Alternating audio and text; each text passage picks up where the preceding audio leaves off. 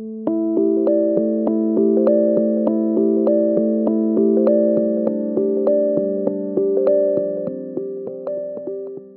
evening, ladies and gentlemen. My name is Yves Mariels. I'm the Dean of Engineering here at the University of Melbourne, and it's a real pleasure to welcome you here to the last Dean's Lecture of the year. Today's lecture is sponsored across the Faculty of Science, Faculty of Medicine, and Faculty of Engineering because of its topic. Let me first start with acknowledging the traditional owners of the land on which the event is taking place. That is the land of the Wurundjeri people, and we pay respect to their elders, their families, past and present. So thank you for attending tonight, and given the topic, may I just remind everybody that it may be better to switch off your mobile phone whilst we're in this lecture. You can switch it back on afterwards, that's right.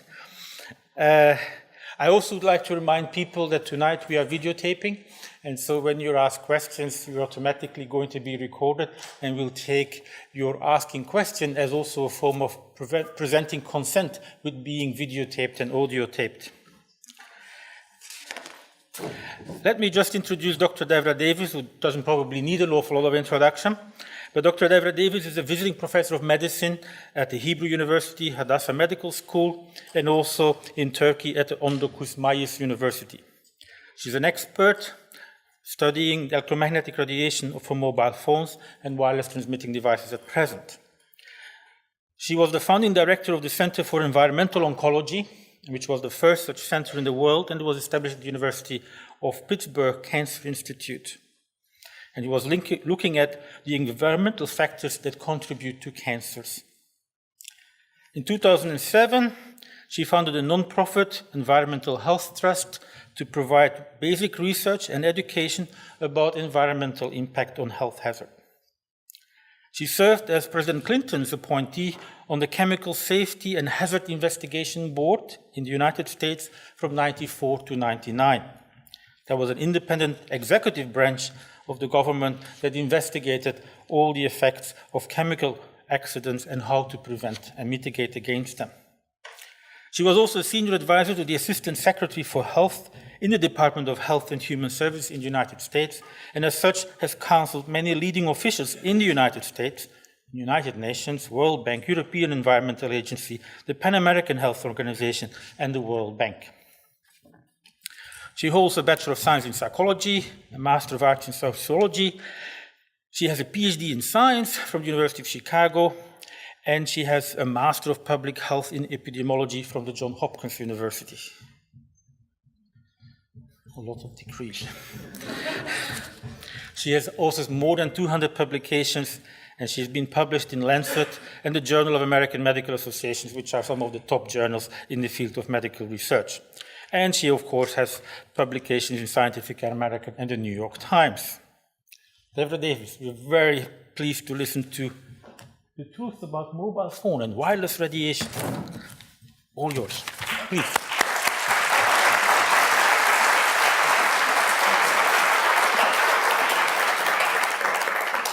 Thank you very much, Dean Mariels. I'm honored to be here. It's a privilege to see so many of you. I must say I'm thrilled to be at this great university, which has a tradition of open and democratic discussion, and I look forward to having a frank and full conversation, as we say in the diplomatic world. Because the issue I'm going to talk with you about is, there isn't one truth, of course. Truth is a relative term. At one point, the truth was the world was flat. When we talk about truth in science, of course, it's always relative. But there are now more than 6 billion cell phones in the world today, 8 billion wireless transmitting devices, more than 50 billion are anticipated to form the Internet of Things, and we have to recognize that we don't know a lot about the public health and environmental effects of this form of radiation. You've mentioned some of my career. I won't go through this in any great detail, but I would say to you that probably the most important thing I did, and I see many people in this room aren't even old enough to remember it, but a long time ago, you used to have smoke on airplanes. People could smoke tobacco on airplanes. And I was involved as a young scientist in the committee that actually reviewed the data and recommended that there be no smoking on airplanes. You may be shocked to hear that it was even a question for science at the time, but it was. And when I look at what we know now about mobile phone radiation, I see some very interesting similarities, because there were a lot of questions that were raised about the safety of tobacco on airplanes. And they were, in fact, legitimate questions, things we did not know. There are a lot of important questions to be asked about mobile phone radiation today, without any doubt. But the reality is we're not asking those questions. And with the exception of some researchers here and elsewhere, very little new research is being done in this field.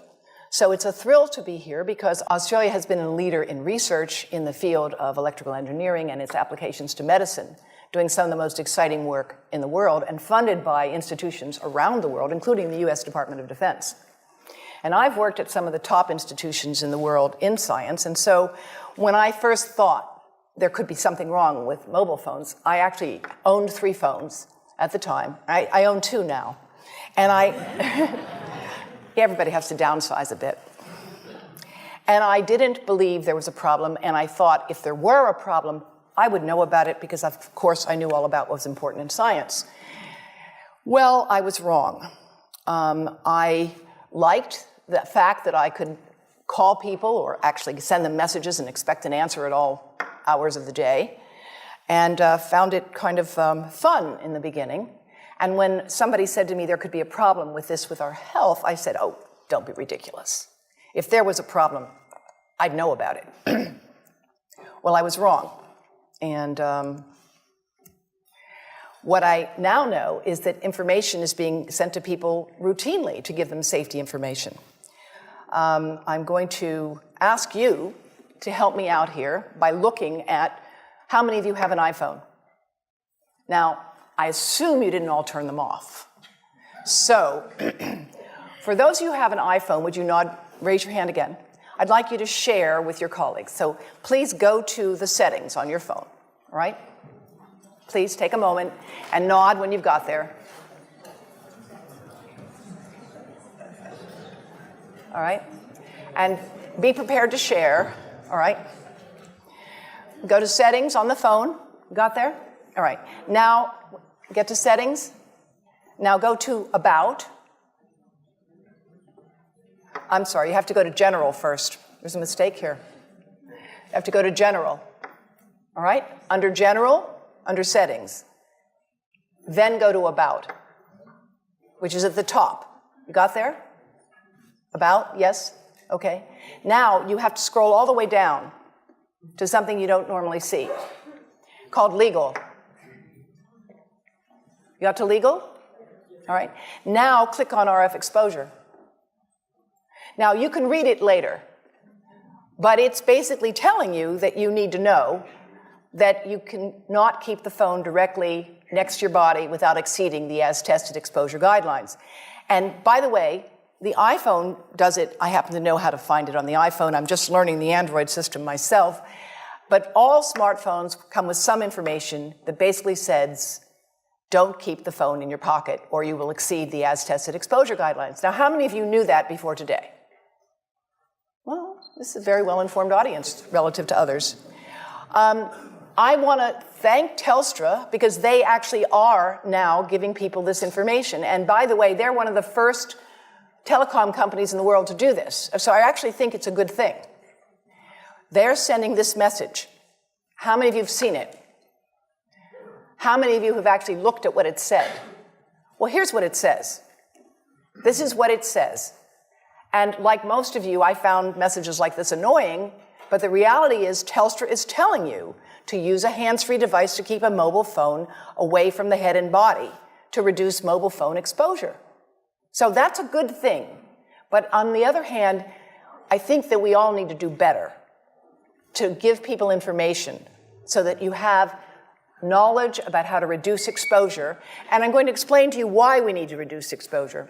Let's go back to almost 20 years ago when standards for cell phones were first set up. At that time, it was believed that the only thing you had to worry about was avoiding heat. That was the only effect you had to be concerned about. And so they employed the head of a very large person, a 220-pound male, who was at the top 98th percentile of military recruits in 1989 in the United States. And they set the standards to avoid heating up that fellow's brain after a 6-minute phone call. Now, there's probably 1 or 2 people in this room with a head that size. But the rest of you, like most of the world, have much smaller heads and relatively smaller bodies. And this standard, which is very much out of date, doesn't take into account the fact that people the size of these 2 bright young people here in the front row are using these devices today with no thought that maybe they're getting exposed to levels of radiation that have not been evaluated for their safety in young developing brains. Now, the electromagnetic spectrum, this is information from ARPANSA, actually goes all the way from the invisible to the visible, ionizing radiation, gamma rays, X-rays over here, and light here. This is from ARPANSA. You will see here they say FM radio, microwave oven, radiant heat.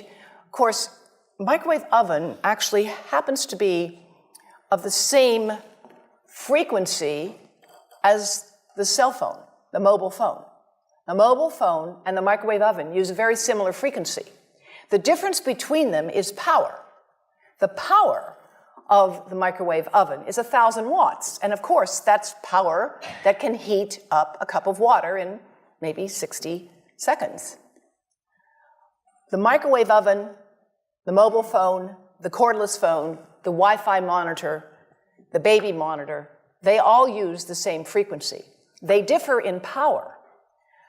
They also differ because mobile phones and Wi-Fi devices emit pulsed microwave radiation. It's the pulse, not the power, that appears to be biologically most important.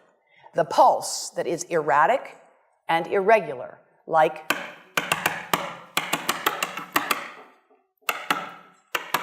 for thousands of minutes a month, for dozens of hours a week, over a lifetime, that irregular pulsed signal may be much more biologically important. And in fact, the continuous wave signals have a lot of therapeutic effects as are being applied in medicine today. This visualization from my colleague at the University of Athens shows you the variation in frequency, in amplitude, in pulse. All of these variables influence the properties a signal have and how it can affect a biological system. This is just to show you what happens in a 4-second mobile phone call. This is power density indicated here. And of course, a phone is on standby, it's not doing too much, but 900 times a minute, it's looking for a signal. It says to the tower, where are you? Here I am. Where are you? Here I am. It's smart. That's how it's supposed to do. Now, when the phone rings, the worst time for you to put a phone right next to your head is when you answer it and say hello, because it's smart and it goes to max power. They're programmed to do that. Max power. Now, it's going to go to max power. You're going to listen, and then it will go up and down and up and down. And again, it's that variation. It's the delta. It's the cumulative integrative dose under the curve over a lifetime of exposure that looks to be biologically important. Now, exposure is a kind of funny thing. There's a rather widely distributed paper by Ken Foster and C.K. Cho that said that the exposure of an adult and the exposure of a child is identical, and therefore there's no real difference in how the radiation might be affecting them. Well, let me explain something by showing off my daughter and my granddaughter. My granddaughter is a very light-skinned, red-haired, blue-eyed child. Her skin is very sensitive. My daughter is darker-haired like I am. If they have sunscreen on, they still will get a different dose of ultraviolet light, even though they have the same exposure. Because the exposure may be uniform, but the amount they will absorb differs because the properties of the skin, the property of the eye, the thinness of the skin, and a number of other variables. And those same things are relevant when it comes to thinking about cell phone radiation. Now, way back in the dark ages, when the standards were developed, Two-dimensional modeling showed that children and smaller adults might absorb more radiation than larger adults. And this was scalar modeling that has now been superseded, done by Om Gandhi in 1996. Interestingly, and this is why I'm really delighted to be here, Dean, when he did this work in 1996, he was working with support from Motorola and the Department of Defense. And after he published this, he lost all his funding. That's why I'm really happy when you told me that Australia is not America. Because I think you have an opportunity to do something here in this great country. You have a tradition of independence in science and in this country that we do not have, unfortunately, on this issue in the United States. So Professor Gandhi, with whom I'm collaborating now, updated his work in 2002, here showing you that a smaller adult head here, you see the amount of exposure is quite similar, but because the head is smaller, it will absorb proportionally more. More recently, we have been working with colleagues at Porto Alegre with Environmental Health Trust, and we have developed three-dimensional modeling with anatomically based models using MRI to create the models with 1 millimeter voxels. And what we have done is to show the difference in radiation dose in heads of different ages and sizes. And I'll just show you one example here, coming from our colleagues at the Swiss National Institute of Technology, the ITIS, which have produced some of the most brilliant work in the world in this field.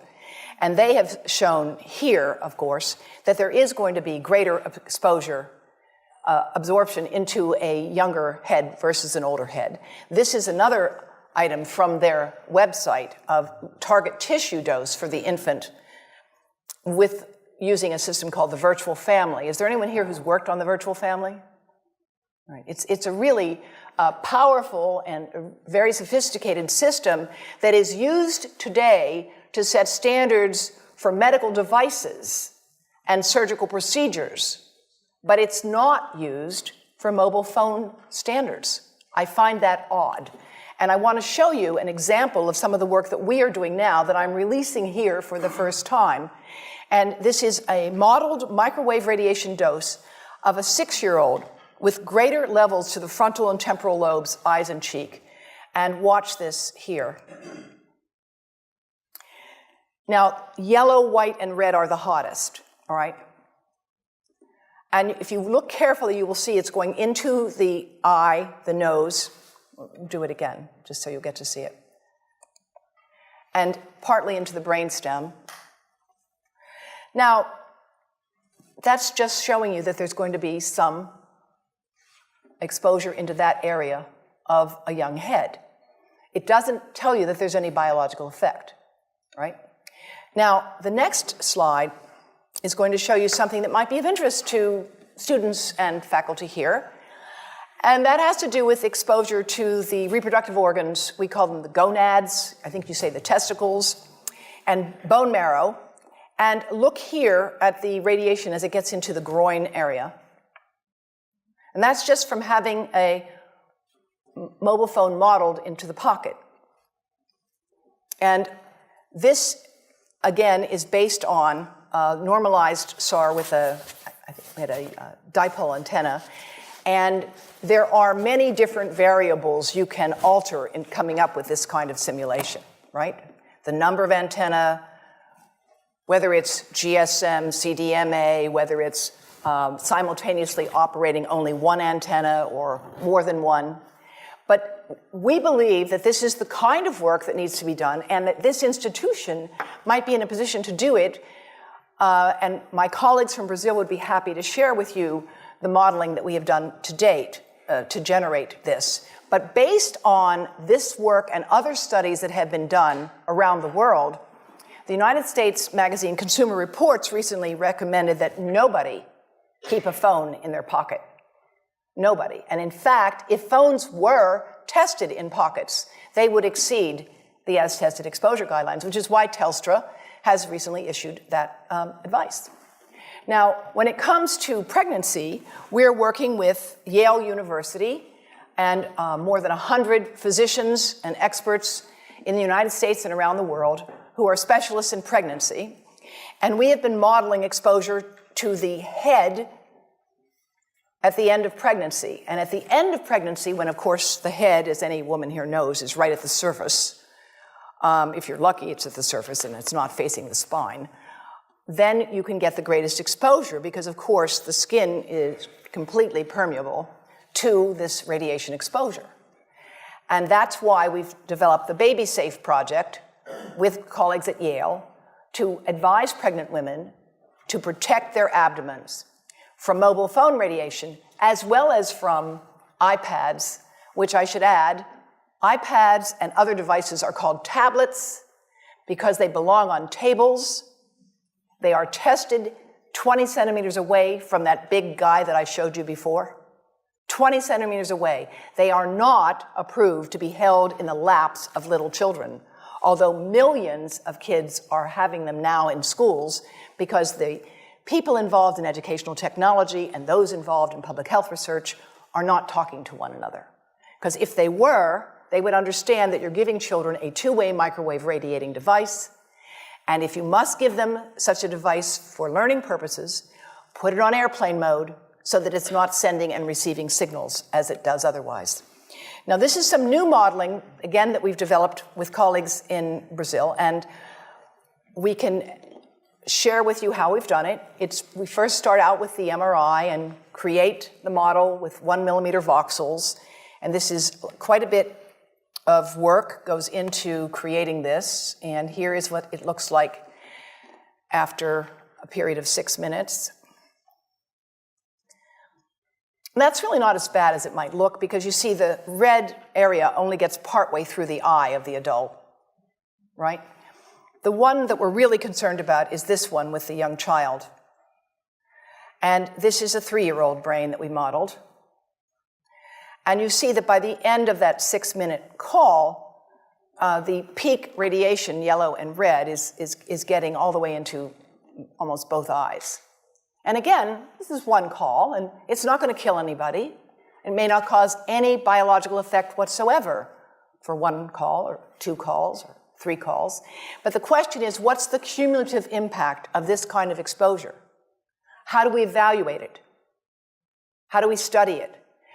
The problem we face is that right now, we're in the midst of an experiment on my grandchildren and your children, and we don't have anybody to compare them with. We don't have a control group in science. When you are given a drug, it's usually been studied where some people get the drug and some people don't get the drug, and they're called the controls. And then you see whether or not those who got the drug are healthier than those who did not.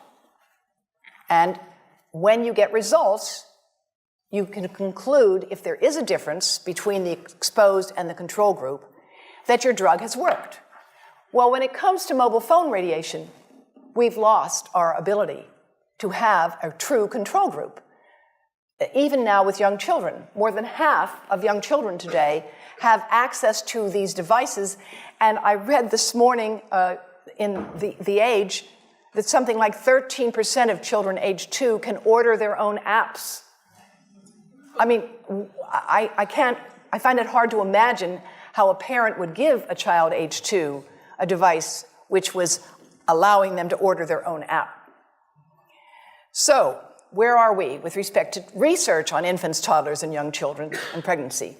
Well, there's almost no research underway, which again is why I'm delighted to be here to talk with you about what could be developed. Believe it or not, this is the iPotty. Now, this is not a joke. I have actually talked to grandmothers, I'm one of them. My grandchildren did not have an iPotty, I promise you. Their father sometimes acts like he did.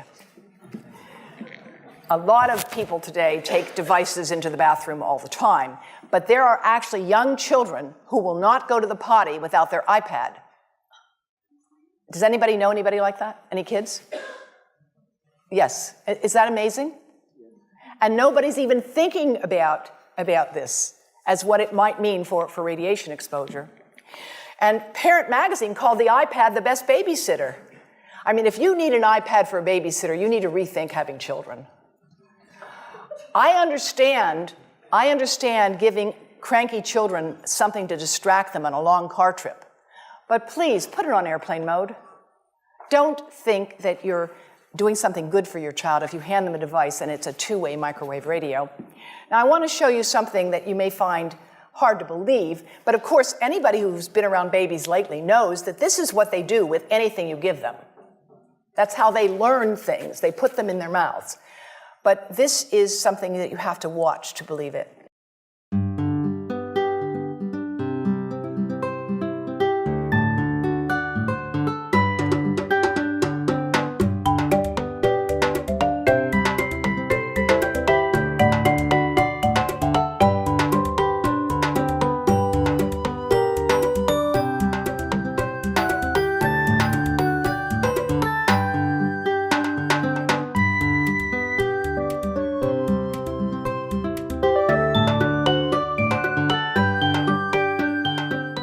NATO may be familiar to some of you, and NATO for years has supported research on radar.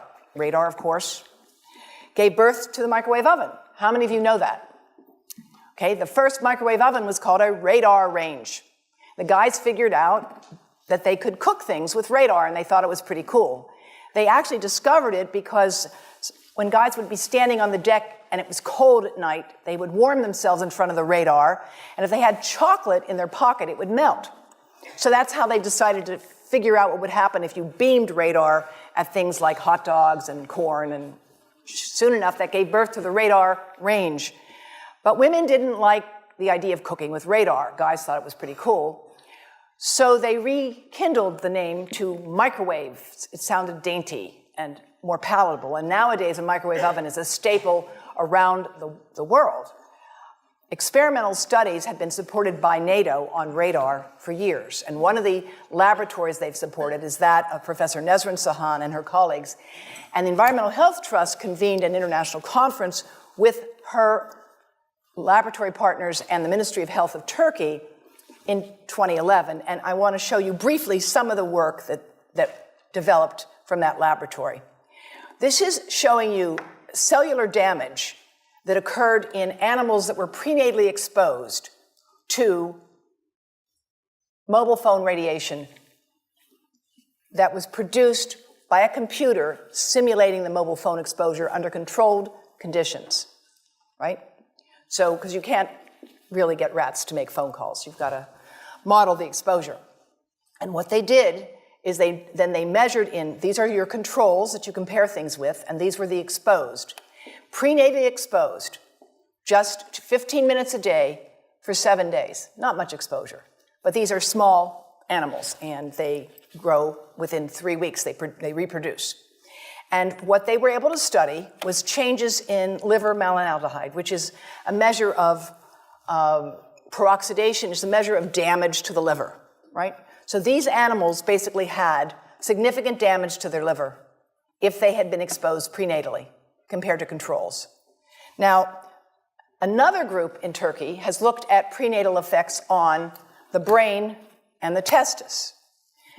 And, you know, a lot of countries, this is a very important research that has been done here. And they looked at counting the number of cells in certain areas of the brain, the hippocampus, which is a critically important part of the brain. And since I see there's a lot of non-expert here, and let me just explain that your hippocampus is pretty important to things like memory, balance, things like that. So studying effects on the hippocampus in animals is kind of a good way to anticipate effects that might develop on intelligence and other things. And they looked at newborn rats after they had been exposed prenatally and compared those who were exposed to those who were not exposed. And they looked at their brain cells, the number of cells, their shape, etc., with established methods for testing this. And this article was published in Brain Research, which is a relatively high-impact journal. And what they showed was that prenatally exposed newborns have basically fewer cells in the hippocampus. Here's the exposed, missing some cells, and here are the controls, which they're compared with.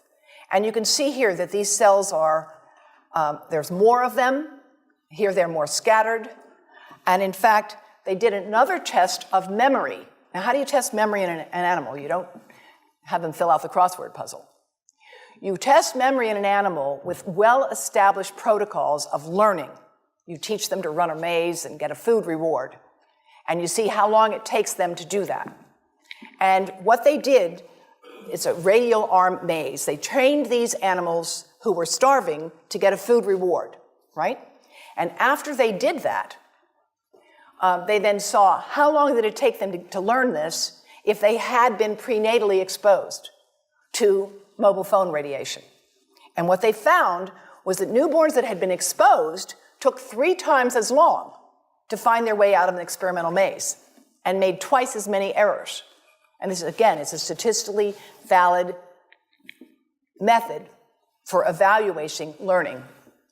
Now, closer to home, so to speak, between the brain and the testis, studies have been done here in Australia at Newcastle by a fellow who's now the pro-chancellor of the university. And these studies have been done taking sperm from healthy men. And one test tube gets exposed to cell phone radiation, and one test tube is not exposed to mobile phone radiation. And then the results are evaluated. And this is a measure of vitality. We measure how well the sperm swim. This is a measure of motility.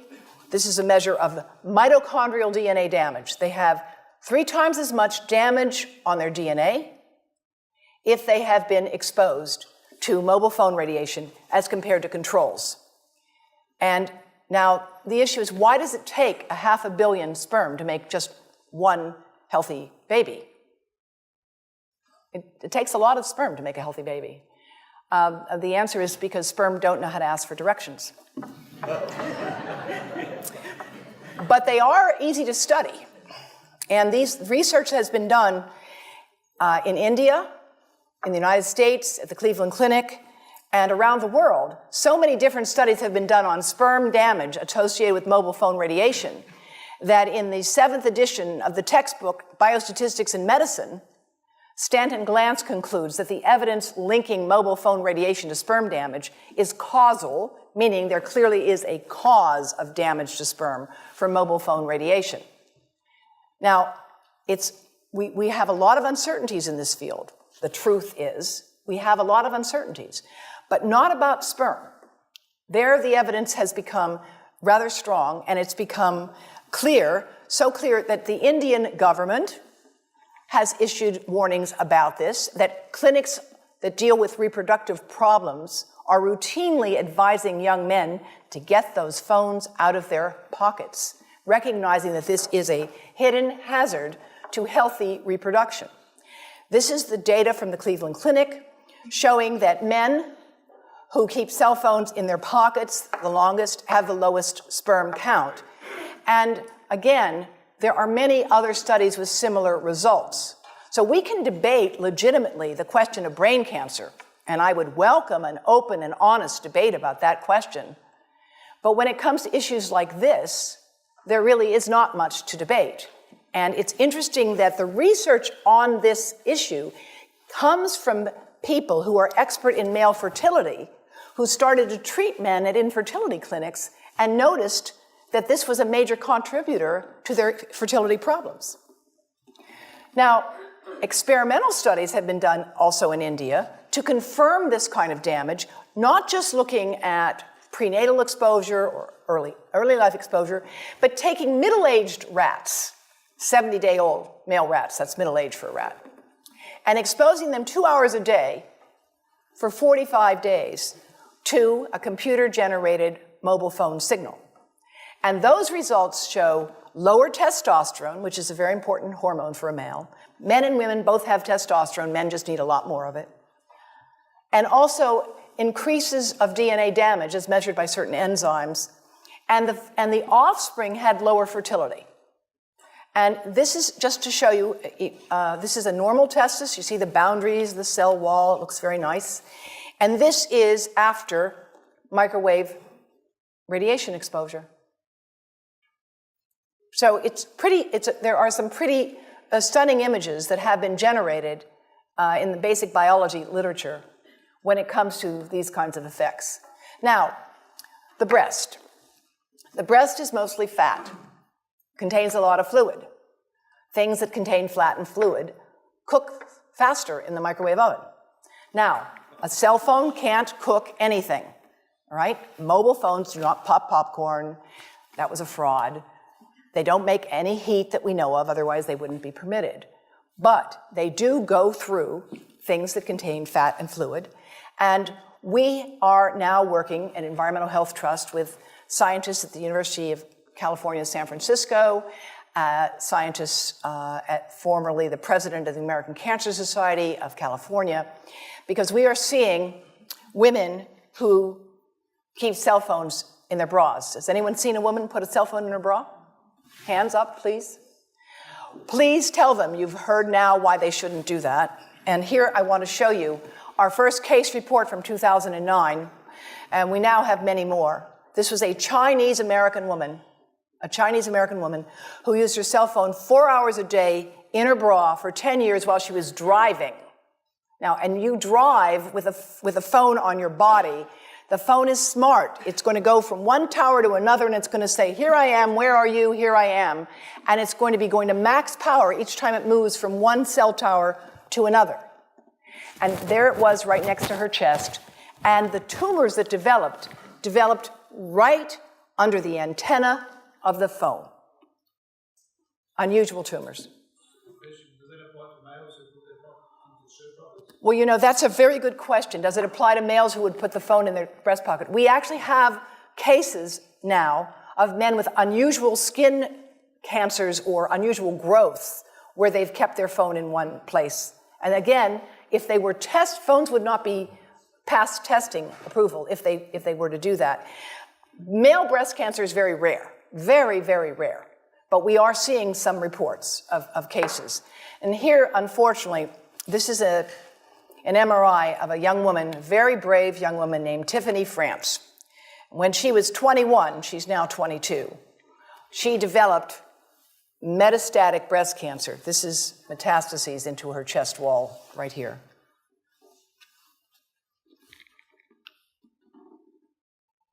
And this outlined the phone. And it was subcutaneous, so it's like right under the surface of the skin. It was not deep within the breast. Most breast cancer occurs in women over 50. It occurs in the upper outer quadrant. These tumors occurred right under the antenna of the phone. And now we have 38 of them. Not a single one of them has a family history. None of them has inherited the defects that we know increase the risk of breast cancer. They have multifocal tumors. That means they have more than one tumor, and the tumors are located under the antenna, sometimes just right in the center of the chest. So we're collecting information because that's what we do in science. But we want to, in the meantime, issue precautionary advice because that's also what we do in public health when it comes to setting public policy. When it comes to further work on the prenatal impacts, my colleagues at Yale University have taken mice, exposed them to mobile phone radiation, and they have found significant effects on those mice's behavior as adults, all right? Prenatally exposed mice have hyperactivity as adults. And these are some of the data. They have worse memory, they're more hyperactive, they have more anxiety, but they don't have much fear. It's kind of interesting.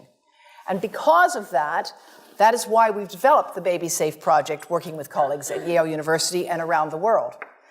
Now, how many of you had heard that in 2011, the World Health Organization had reviewed all of the evidence and decided that mobile phone radiation was a possible human carcinogen? How many people had heard that?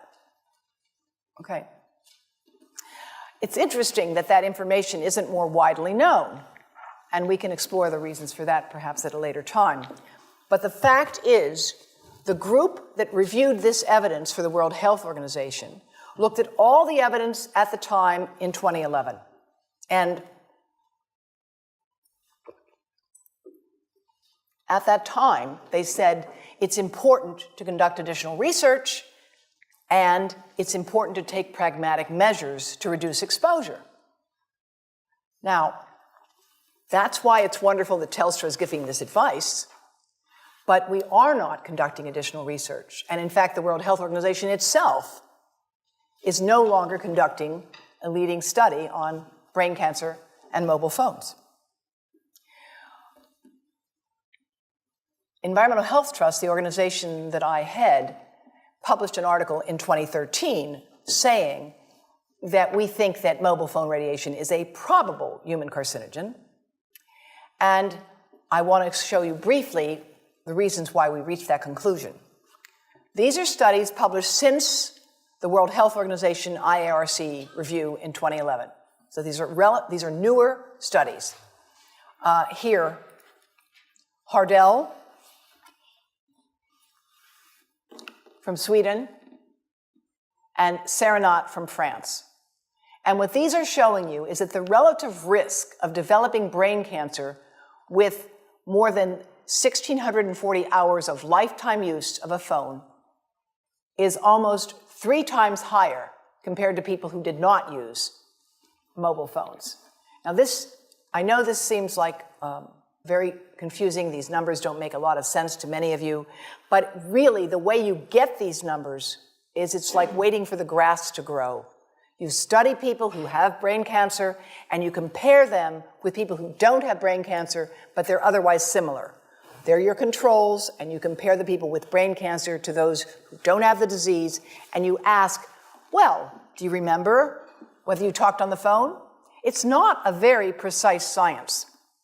Actually, there's a lot of problems with what are called exposure misclassification. It biases you toward the null hypothesis. The reality is it's a very poor way of doing research, but we don't have an alternative at this point. And what we need to do is to get the cooperation of telecom industry to get billing records. So we actually have real data instead of asking people to remember how much they use their phone. That's something that, again, you might be able to do in Australia, but I can tell you we can't do it in the United States, that's for sure. In France, they were able to do it a little bit better, and they were able to get these data here. And interestingly, if people started to use phones regularly before age 20, as most of the world is doing now, there was 4 to 8 times more brain cancer after they had passed 10 years. So now, why is there no increase in brain cancer that we can find in the general population today? Because there is not. And after all, if mobile phones really are important, why don't we have an epidemic today? Well, let me tell you why. First of all, brain cancer takes a long time to develop. How do we know that? We know that because when the bombs fell at the end of World War II, there was no increase in brain cancer in the survivors who had been studied. No increase at all. Until 40 years had passed. It took 40 years for an increase in brain cancer to show up in that highly exposed population. Now think about this. Today, the number of people using cell phones today and using them heavily today is very different than it was even 5 years ago, even 3 years ago. Now you're being encouraged to have unlimited talk and text, right? You didn't have unlimited talk and text 5 years ago or 10 years ago. So the uses and the users of phones are changing radically. In fact, most epidemiologic studies find no increased risk of brain cancer from mobile phone radiation. They don't. Until 10 years of heavy use.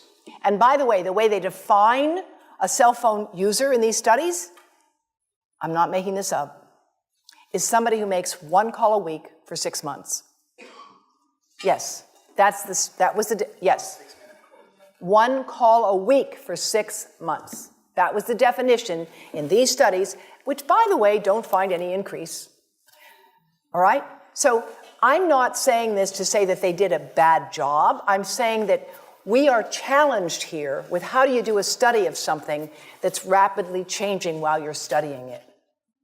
The technology has changed, The way people have used it has changed. We never anticipated having infants and toddlers in cribs using these things. Nobody ever anticipated that. There's never been any modeling of the brain until we did this right now. And when I first said to my colleagues, by the way, it took us 4 years to get this work done, and 4 years ago I said, let's do that modeling. And they said, what are you talking about? Why would anybody want to model an infant or a 3-year-old using a mobile phone? I said, you wait, unfortunately. And so now we have a market, because the adult market is saturated. Australia already has more phones than people. It does. And so the market expands to the infants and toddlers. Now I want to share with you some of the work from my colleagues in India. Dr. Sharma is the Senior Deputy Director General of the Indian Council of Medical Research. And this work, Malka, I think will be of great interest to you because of the work on honeybees. We don't just have to wait for brain cancer to take 40 years to come up with answers. Honeybees have the advantage of being relatively easy to study, and there actually are established protocols for doing this. And I'm going to share with you some of these data, and they have been developed by colleagues from a number of countries. Honeybees have different characteristic dance patterns, and they have different jobs. There's the worker bees, and there's the bees that make the honey, and there's the bees that protect the queen. And I don't know all the details, but here's what I do know. If you try to study these under controlled conditions, you can take hives and put a mobile phone in some hives and a mobile phone in other hives that's not on. And what you can find is that after exposing the honeybees to an operating mobile phone, the workers don't come back to the hives. Now, this ought to be of great concern because agriculture depends on honeybees. I think you in Australia have a new business that's developed, I know it in the United States, where people drive trucks around with hives in it to fertilize crops. Have you heard of this? They drive them around because the honeybees are disappearing. Now, there are many different factors that affect honeybees. Climate is certainly one, pesticides is certainly another, but mobile phone radiation could be yet another, and we certainly need to find out if that is the case. 10 minutes of mobile phone radiation daily for 10 days, worker bees did not return to test colonies. And this would be something that could easily be replicated. So now we have to deal with the reality. There are many inconsistent results. I'm not just skimming the cream here and showing you the positive ones. There are a lot of studies that find nothing at all. Nothing. Why? Well, first of all, sometimes they study different cell cultures. So if you're looking for adult cells, they may be much more robust than if you're looking at neuronal stem cells. And that turns out to be the case. Sometimes they're using different exposures. If you're looking at continuous wave versus digital pulse signals, if you're looking at a square wave versus a sine wave. There's also another fact we have to talk about, which is yet another reason why I'm glad that Australia is not America.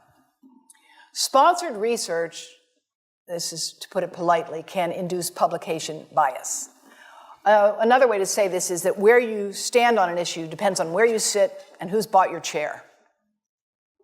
And there's a tremendous amount of sponsored research by people who are hired to do studies to find no effect. And that's plagued this field in a number of countries, including within the government itself. So I don't know about the details here with Arpanza, but I can tell you in the United States today, the gentleman who is directing the Federal Communications Commission, Tom Wheeler, was for 10 years the executive director of the Cell Phone Telecommunications Industry Association. And now he's in charge of regulating those devices. So it's challenging to have a neutral playing field under that circumstance. One example, the US Congress asked for a study of what needed to be done on mobile phone radiation in 1993, in 1998, in 2002, in 2012. That's how many times they've asked for that study to be done. So each time a study is done, And each time the conclusion is reached, we need more research. We need more research. Well, that's my bread and butter. Of course we need more research. But if instead of funding the research, all you're doing is calling for it, then it becomes a bit of a smokescreen. So that's part of our challenge on this issue. It's a lot easier to call for research than it is to carry it out. This research is hard to do. It's not simple. There are real complexities to this field. Unfortunately, at least in the past, industry had a very clear strategy. And in my book, Disconnect, I document and quote in the new afterword that in 1994, when industry first became aware that there were studies suggesting that mobile phone radiation could damage brain cells of rats, a memo was written to, quote, war-game the science. War-game the science. This issue is far too important to be gamed. It's not a matter of war. It's a matter of the future health of your children and grandchildren. And that's why it's really a special honor for me to be here today to talk with you about what could be done. Here are some of the policy responses that have developed so far. There are right-to-know laws and policies. Labeling is spreading. Headsets must be provided with all phones in a number of countries, and I'll get to those in a moment. There are changes in hardware and antenna design and software, operating systems that can be developed. And there are also changes to what we demand for proof of evidentiary burden. Any lawyers here?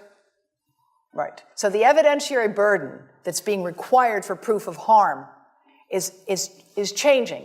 Do you really want to have to prove that there's a significant increased risk of brain cancer before taking steps to reduce exposures to prevent that harm from happening?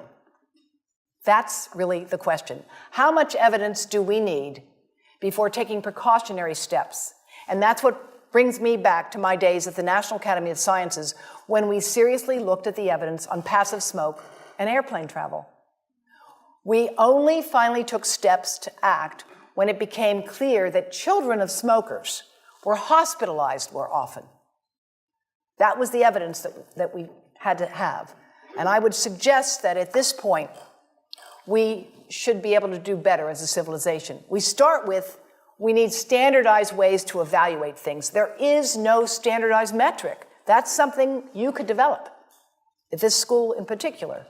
One of the other things that can be done, which our colleagues in India are doing, is to create cross-sectional surveys. In this room right now, you could divide this room up into people who are high, medium, and low cell phone users. There's probably nobody who doesn't have a phone or who will admit to it right now. But if you did look at people cross-sectionally and you looked at their memory and their reaction time and their reproductive health, you would learn a lot from that. And they are doing that now in India, and we'll talk some more about that in my conversations I'll have with some of the faculty later on. In the meantime, some schools are promoting wired school programs with shared banks of computers. And public educational efforts are really proceeding to let people know you shouldn't have to find that information buried inside your phone. I mean, come on. That's not fair. Parents, teachers, and health professionals should be informed, and they in turn can work with students to make sure people are using technology in as safe a way as possible.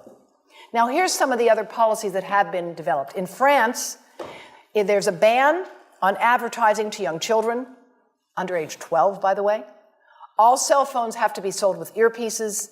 There has to be labeling of the specific absorption rate on phones, and there's got to be warnings. In India, they've lowered their tower limits to 1/10 that of the international standards, and they have official guidelines for cell phone use, using headsets and speakerphones. The Supreme Court in India has actually ordered a number of towers to be torn down. But it's a very tough battle to have to fight. rather than having to get a tower torn down, there ought to be siting rules and policies that make sense. And in many countries, there are no real sensible siting policies. Israel, which is a country that has a lot of important issues to deal with right now, has a National Institute on non-ionizing radiation. They say no Wi-Fi in kindergarten. They prefer wired over wireless in schools. All phones, again, are to come with headsets and safety. And no advertising with children. In Belgium, the law has been implemented as of 2014. It was passed in 2013. No phones are to be designed or sold for children under the age of 7. Again, all handsets must be sold with headsets. And the sale to young children is specifically prohibited. Canada has issued practical advice as well. And I don't go into any more details here. These slides will become available on the website for the university, and we have much more detailed information I can share with you from our website as well. The Canadian Parliamentary Health Committee has urged that there be a recognition that this is a, quote, serious public health issue. And we agree. And I testified before the Canadian Parliament on this issue, and I was pleased to see their report agree with that point. Now, in the United States, a U.S. District Court has recently ruled that even if there is a reasonable possibility that cell phone radiation is carcinogenic, the time for action in the public health and regulatory sectors is upon us. And I think that that is a very important idea that we should all be aware of. Let's not debate the kinds of evidence we have now about brain cancer. I agree, that evidence can be debated. But we have enough evidence of damage, and we have these other countries have taken steps now. They can't all be dismissed.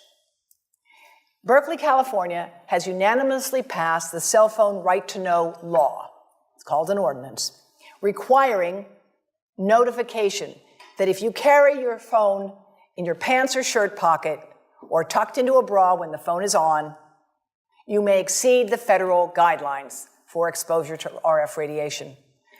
This is a website that has all of the fine print warnings, so far as we know them, available. Environmental Health Trust is working with others to share this information. We hope you'll share it with all of your friends and family. This is the Baby Safe project that we have underway. And now, just so you understand that this is not a question of being anti-industry, here's what industry is doing. Vodafone has to provide a report to the American government as part of their annual reporting to the Security and Exchange Commission. They must report on what are called risk factors and uncertainties. And they report that they face risks because they may have to pay people for health damages. The last sentence there, a change to this view that there's no health problem could result in a major reduction in phone usage or major litigation. That's a risk. China Mobile, in their report to the U.S. Securities and Exchange Commission, they had to say, we cannot be certain that future studies will not impute a link between electromagnetic fields and adverse health effects, and because of that, it's a potential risk as well. AT&T says unfavorable litigation could result and require us to pay significant amounts of money. Well, speaking of money, would you give 2 cents? Would you pay 2 cents a month for every device you have, for every provider, for every manufacturer, in order to support the cross-disciplinary training program that is needed in bioelectromagnetics for engineers and physicians and computer scientists? That's what's needed to identify the data gaps, the research and development needs, to monitor the populations, to see what is happening to our children today, to look at hearing and memory and sperm count. That's what I think we need. We need a major program to fund independent research and training. Because I learned this way after I went to all that schooling you mentioned at the beginning, and it's not easy stuff to do. I hold my hat off to all of you electrical engineers. It's complicated. But in the meantime, people have a right to know how you can minimize exposure. And again, I think this information is available on our website, will be available on yours. Remember, if you have to give a phone to a child, put it on airplane mode. And think about this. That microwave oven, it works because there's a metal box around a microwave signal, and the signal pings all over the place. Next time you get into an elevator or a train for any length of time, put your phone on airplane mode. Otherwise, that signal is going all over the place, magnifying and coming back. Keep the mobile phone away from you when it's on and you are asleep. Now, it takes a village to do a lot of things. These are some of the people whose materials I've used today with their permission, and I can't read this list to you, but I want you to know that I feel really honored to be working with some of the most talented people in the world on this issue. And they have given me permission to share these materials with you. And I leave you with this thought from Albert Einstein. The world is not dangerous because of those who do harm, but because of those who look at it without doing anything. So, thank you.